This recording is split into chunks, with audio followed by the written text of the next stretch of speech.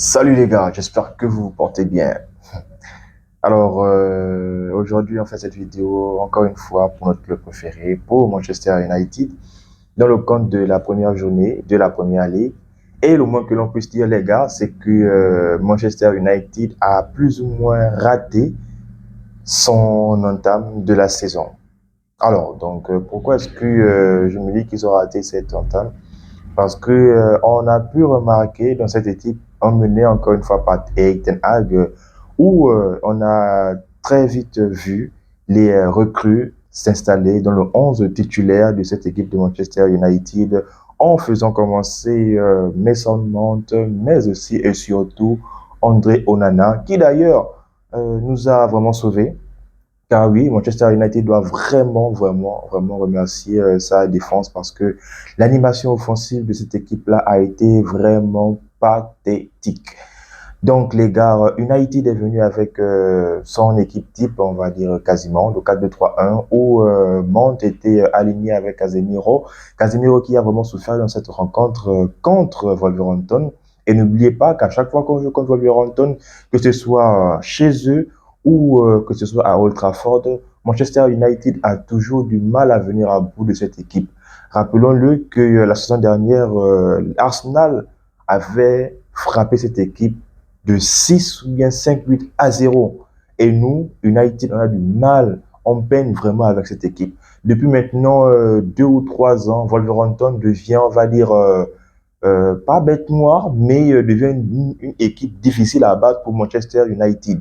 Donc, le point, on va dire, un peu positif dans cette histoire-là, c'est parce que Manchester United est parti avec les 3 points. Lui-même, Erik ten Hag l'a reconnu, Manchester United n'a pas joué.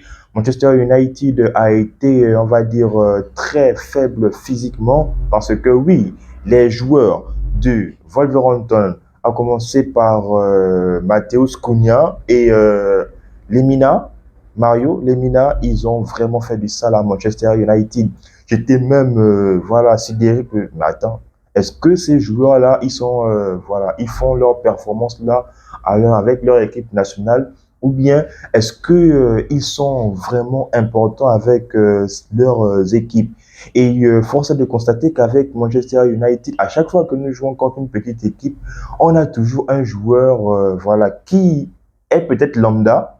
Donc c'est pas une façon de minimiser le joueur, mais face à Manchester United, il devient un top joueur. Je parle donc, je fais allusion ici à Cunha, comme vous l'avez sûrement remarqué.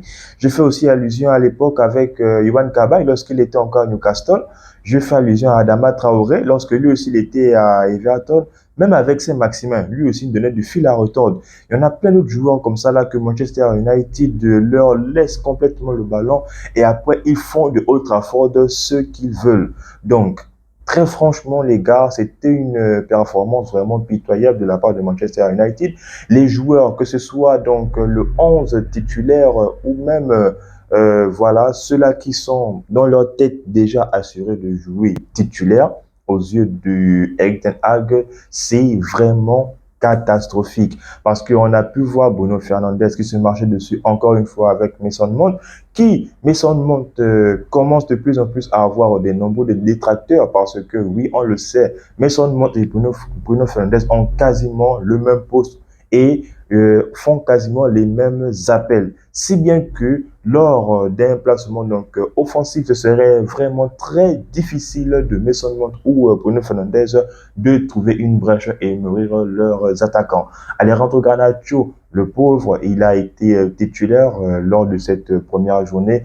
Malheureusement, c'était carrément Semedo. Semedo qui a été abusé par Davis, le défenseur latéral du Bayern.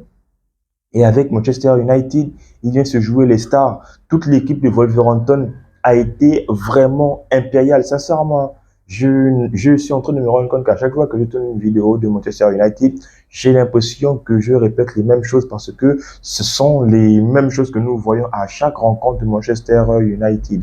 Vous vous rendez bien compte que la plupart des matchs que j'ai essayé donc d'analyser avec Manchester United, on est la plupart du temps bouffé en milieu de terrain. Et là, on a bien pu voir que Casemiro était vraiment seul. C'était la même chose avec Lens, c'était la même chose avec Dortmund et c'était la même chose avec le Real. À chaque fois que Mount et Bruno Fernandes étaient donc en balade offensive, malheureusement, Casemiro était toujours à la peine seul derrière et il fallait forcément qu'il essaie de mettre un tac ici et là pour essayer de soit annuler l'action ou soit faire une faute. Et à chaque fois que Manchester United essaie de se procurer des actions, malheureusement, United qui a, on va dire, l'habitude de se créer énormément d'occasions, cette fois-ci a été incapable de se faire, les gars. Incapable. Donc, on peut remercier Raphaël Varane et Van Bissaka qui, pour moi, ont fait vraiment un bon match. C'est vrai, Bissaka, donc, comme je l'ai dit, je ne cesse de le répéter depuis plusieurs vidéos maintenant, c'est vrai, il n'a peut-être pas l'apport offensif d'un certain bon latéral, comme on va dire à l'époque de Daniel Alves, mais Bissaka, c'est un joueur qui a vraiment évolué lors de ces 12 derniers mois. Et on ne cesse donc de le remarquer. Peut-être que c'est Dalot qui aurait dû commencer, mais tel a jugé bon de faire commencer Bissaka pour voilà, nous apporter donc une passe vers Varane. Et c'est Varane qui nous marque le but de la victoire, les gars. C'est Varane qui nous marque le but de la victoire. Ça montre vraiment la suffisance que on est nul à chier en attaque. On est vraiment nul. Il est vraiment inconcevable que Wolverhampton vienne à Manchester United et c'est Wolverhampton qui donne carrément le tempo à Manchester United. Ten Hag a vraiment donc du souci à se faire. On n'est que le premier match de Manchester United, c'est la première journée et on se rend bien compte que la saison va être longue. La saison va être non seulement elle sera longue, et aussi elle sera pénible. Parce que les opportunités que Manchester United avait, Manchester ne les a même pas créées. Même pas créées. Si bien que ça reste toujours difficile de Manchester United de créer une action, d'autant plus que Mount et Bruno Fernandes vont toujours se marcher dessus. On a bien pu voir la différence en seconde période où Eriksen est quand même rentré avec Sancho. Ils ont essayé d'apporter, on va dire, une fluidité, une verticalité avec le jeu de Manchester United. Mais voilà, donc c'était vraiment difficile, les gars, c'était vraiment difficile. Je ne parle même pas des performances individuelles de chaque joueur, hormis Onana, hormis Van Bissaka, Varane et même Lisandro Martinez. Même si Lisandro Martinez, dès la première mi-temps, était vraiment, vraiment très chaud, si bien qu'il était tellement en colère parce que on gaspillait nos actions. United n'arrivait pas à débloquer une occasion. United était, on va dire, obligé de jouer seulement qu'avec Onana et ses défenseurs. Oui, c'est vrai, on a plus Deria parce que Deria, s'il était encore, il devait faire un dégagement. Mais ce n'est pas parce que c'est un bon gardien au pied qu'on va maintenant tout le temps jouer avec lui en arrière. Attends, c'est pas ça le jeu. C'est pas ça le jeu. Aucun joueur ne vient se proposer à chaque fois qu'un porteur du ballon essaie de mener une verticalité. Tout le monde est statique à leur poste. Donc là, comment on va faire? Rashford, il est coincé là-bas en attaque. Garnacho, à chaque fois qu'on donne le ballon, il est tout de suite pris par Nelson Semedo. Et Anthony, alors pour moi ce match a vraiment été moyen, les gars.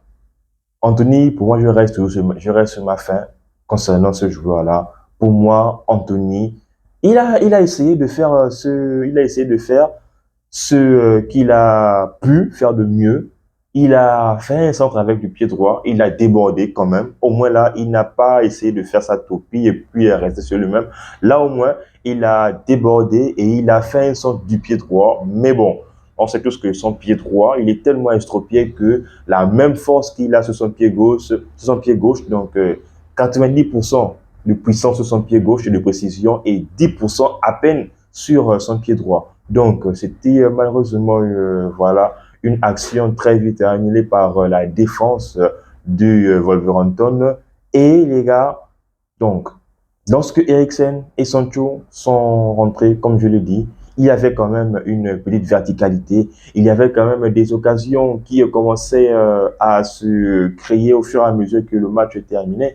Et c'était donc le moment pour André Onana de montrer pourquoi en ce moment c'est le gardien, ou du moins le joueur, non, le gardien le plus cher de l'Afrique Donc, impossible n'est pas camerounais.